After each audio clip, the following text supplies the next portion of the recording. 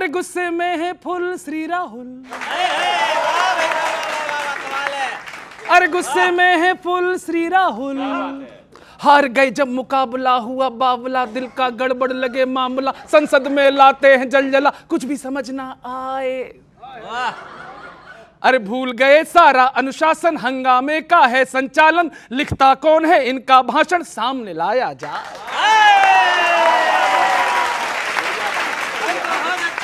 अब पंक्ति आ रही, महाभारत का मर्म न जाने, मैं अर्जुन हूं। अरे महाभारत का मर्म न जाने, चले सभी को पाठ पढ़ाने। महीन बात आ रही, ताली बजाना। चले सभी को पाठ पढ़ाने, कौरव 100 थे, कांग्रेस की भी है संख्या कुल 100।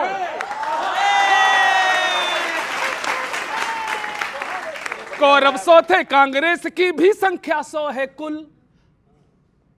गुस्से में है फुल श्री राहुल, गुस्से में है फुल श्री राहुल। मतलब फालतू का गुस्सा, गुस्सा ही गुस्सा, गुस्सा ही गुस्सा। जात की जनगणना की जिद पर रोज रहे चिल्लाए, खुद से ही जब जात पूछ ली काहे बिलबिलाए। खुद से ही जब जात पूछ ली काहे बिलबिलाए। अब मजा आएगा। राहुल जी अर्जुन बनने की क्यों कर रहे तैयारी? राहुल जी अर्जुन बनने की क्यों कर रहे तैयारी? अर्जुन ने मछली मारी थी, आंख नहीं थी मारी।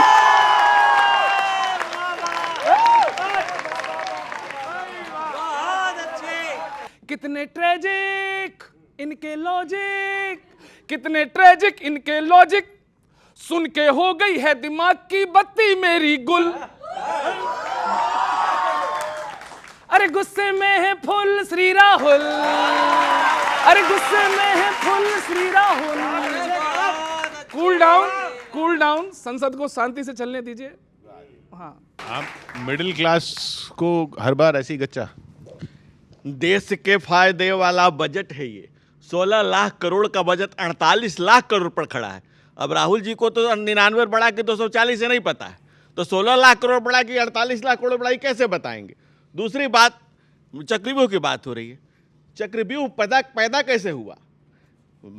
धृतराष्ट्रों से इस राष्ट्र का कभी भला नहीं हुआ, न महाभारत का हुआ न भारत का हुआ। और चक्रव्यूह जो हुए वो वंशव्यूह के कोख से पैदा हुआ था उस समय भी, और आज भी इसी वंशव्यूह के कोख से ही चक्रव्यूह चल रहा है। वो देखिए, इन्होंने महाभारत की बात करी, चक्रव्यूह की बात की गई संसद भवन में। चक्रव्यूह क्यों रचा गया? देखिए, अहंकार ने, जब एक स्त्री ने कहा था कि अंधे का पुत्र अंधा, कुछ ऐसा हुआ था महाभारत काल में, तो ये अहंकार है, ये भाजपा सरकार का अहंकार है, और ये अहंकार देश को चक्रव्यूह में ले जा रहा है। एक व्यक्ति को जब महाभारत कालीन में जब उससे पूछा गया कि मैं राजाओं के लड़कों के साथ पार्टिसिपेट करना चाहता हूं, तो उस लड़के को पूछा गया तुम्हारी जाति कौन है, तुम हो कौन, तुम हमारे बराबरी का अधिकार नहीं रखते हो, और वो कर्ण था। तो आज इन लोगों ने इस देश की जनता को, इस देश की युवा को, इस देश के बेरोजगारों को इन्होंने कहा कि तुम हो कौन, हमसे नौकरी क्यों मांग रहे हो, हमसे महंगाई की बात कम क्यों करना नहीं, चाहते पर जाति की गणना होनी चाहिए, आप कह रहे हैं। देखिए, जो महंगाई का चक्र, देखिए जिस तरह से राहुल गांधी को संसद में समझ नहीं आ रहा है, कोई इतनी देरी बोले कुछ समझ में आया बच्चों? तो जाति तो आप बताओ ना, जाति जनगणना क्यों नहीं कराते हो, जाति जनगणना क्यों नहीं? अच्छा, वो अब साधु के पास चलते हैं। सुनिएगा साहब, संसद में क्या सुना, क्या इस्तेमाल कर रहे हैं वो अलग बात है, लेकिन क्या हुआ वो मैं बता रहा हूं आपको। राहुल जी पूरे टाइम बजट का हलवा कर रहे हैं। ऐसे कर रहे हैं जैसे लग रहा है कांग्रेस के टाइम में हलवा नहीं दलिया बनता था।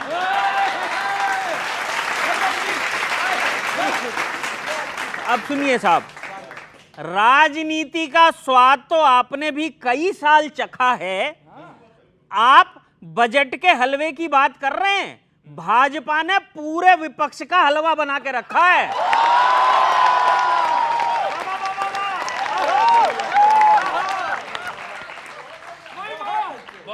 पूरे विपक्ष का हलवा बना के रखा है। आज तो भाईचारे में मिल रहा है एक दूसरे का सहारा। राहुल जी, अखिलेश जी, आज तो भाईचारे में मिल रहा है एक दूसरे का सहारा। कुछ दिन रुक जाइए, न भाई रहेगा न चारा।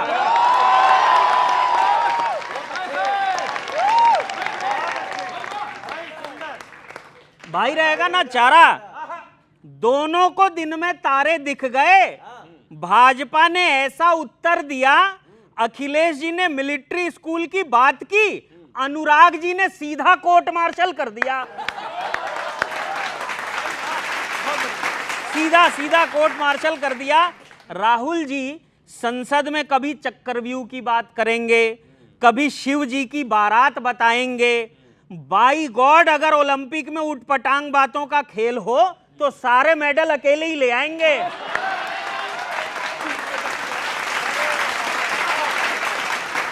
सारे मेडल अकेले ही ले आएंगे। जिस काम के लिए विपक्ष होता है आपको भी वही करना है। सवाल पूछिए, चर्चा कीजिए सर, एंटरटेनमेंट नहीं करना है। बहुत बहुत धन्यवाद, बहुत आभार। बहुत बढ़िया।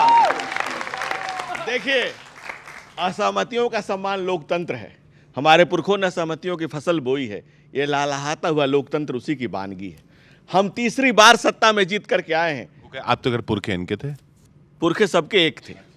पुरखे उनके नहीं है, हमारे नहीं, हमने बांटे नहीं है। हम किसी से नहीं पूछते कौन हो तुम, अपनी जाति बताओ, हमसे मत पूछना। हम शर्मा जाएंगे हमसे पूछोगे तो, हम लजा जाएंगे हमसे पूछोगे तो, हम क्या बताएंगे हमसे पूछोगे तो, हम कैसे बताएंगे कि हम कौन हैं। दूसरी बात, 16 लाख करोड़ की इकोनॉमी को 48 लाख करोड़ पर लाए बैठे हैं।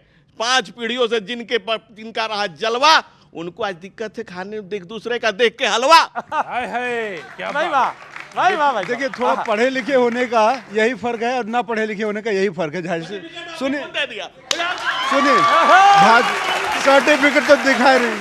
सुन लीजिए, एससी एसटी और ओबीसी 1947 में जब देश आजाद हुआ था तो 10% लोग जो थे सिर्फ और सिर्फ सामान्य जिंदगी जी रहे थे। 90% लोग गरीबी और अशिक्षा की जिंदगी जी रहे थे। उस अशिक्षा से निकाल के आज हम लोग उनको जो 10% थे वो 70% पे आ चुके हैं। ये हमारी देन है। और ये लोग सिर्फ और बातें करते हैं। संसद भवन देख लीजिएगा, टपक रहा है और आपकी बातें भी झूठ टपक रहा है मुंह से। यहाँ पे वो बाद में दिखेगा, पहले राहुल गांधी की और आपकी आंखों से आंसू टपक रहा है। ये सबको दिख रहा है, ये सबको दिख रहा है। और मत रोइए, जाति बता दीजिए, देश भर की पूछिए, अपनी भी बता दीजिए, जाति बता दीजिए, राहुल बाबा की जाति बता दीजिए। देखिए, आंसू तो टपकेगा। पूरे देश के युवाओं के आंसू टपक रहे हैं, महिलाओं के आंसू टपक रहे हैं, विद्यार्थियों के आंसू टपक रहे हैं। कोई इस देश में आज ऐसा बचा नहीं जिसके आंसू न टपके। मैं तारीफ करता हूं बेरोजगारी कांग्रेस की, से सुनिए। नहीं, वो लपक रहे मैं तारीफ कर रहा हूँ कांग्रेस की। मतलब समर्थकों में इतना जोश है और अचानक से खुशी मिली। भयंकर धुआंधार बोल रहे हैं राहुल जी। ऐसी खुशी जैसे 4-5 बार खराब निकलने के बाद तरबूज एकदम से लाल निकल जाए। तो अभी क्या हुआ कि जैसे अभी आपने बताया कि चाकू छुरी और ये सब तीर ये सब बातें चल रही, तो ऐसा लग रहा है कि संसद में कोई लीडर नहीं बल्कि फाइटर जा रहा हो, है ना। अगर मैंने कल्पना की अगर ऐसे राहुल जी की एंट्री हो, जब इन्होंने कहा था कि वंडरफुल एंट्री हो रही है, मैं सुनाता हूँ। पहले तो आकाशवाणी की तरह एंट्री होती थी कि आज नेता प्रतिपक्ष रायबरेली से सांसद राहुल गांधी जी संसद की कार्रवाई में सदन में पहुंचे। अब हो रही है एंट्री वंडरफुल वाली, जो बताया इन्होंने WWE स्टाइल में। सुनना, Member of Parliament, 6-time MP, 1st-time LOP, ex-president of Indian National Congress, 5 feet 7 inch tall, 170 pounds. Please welcome Rahul Gandhi.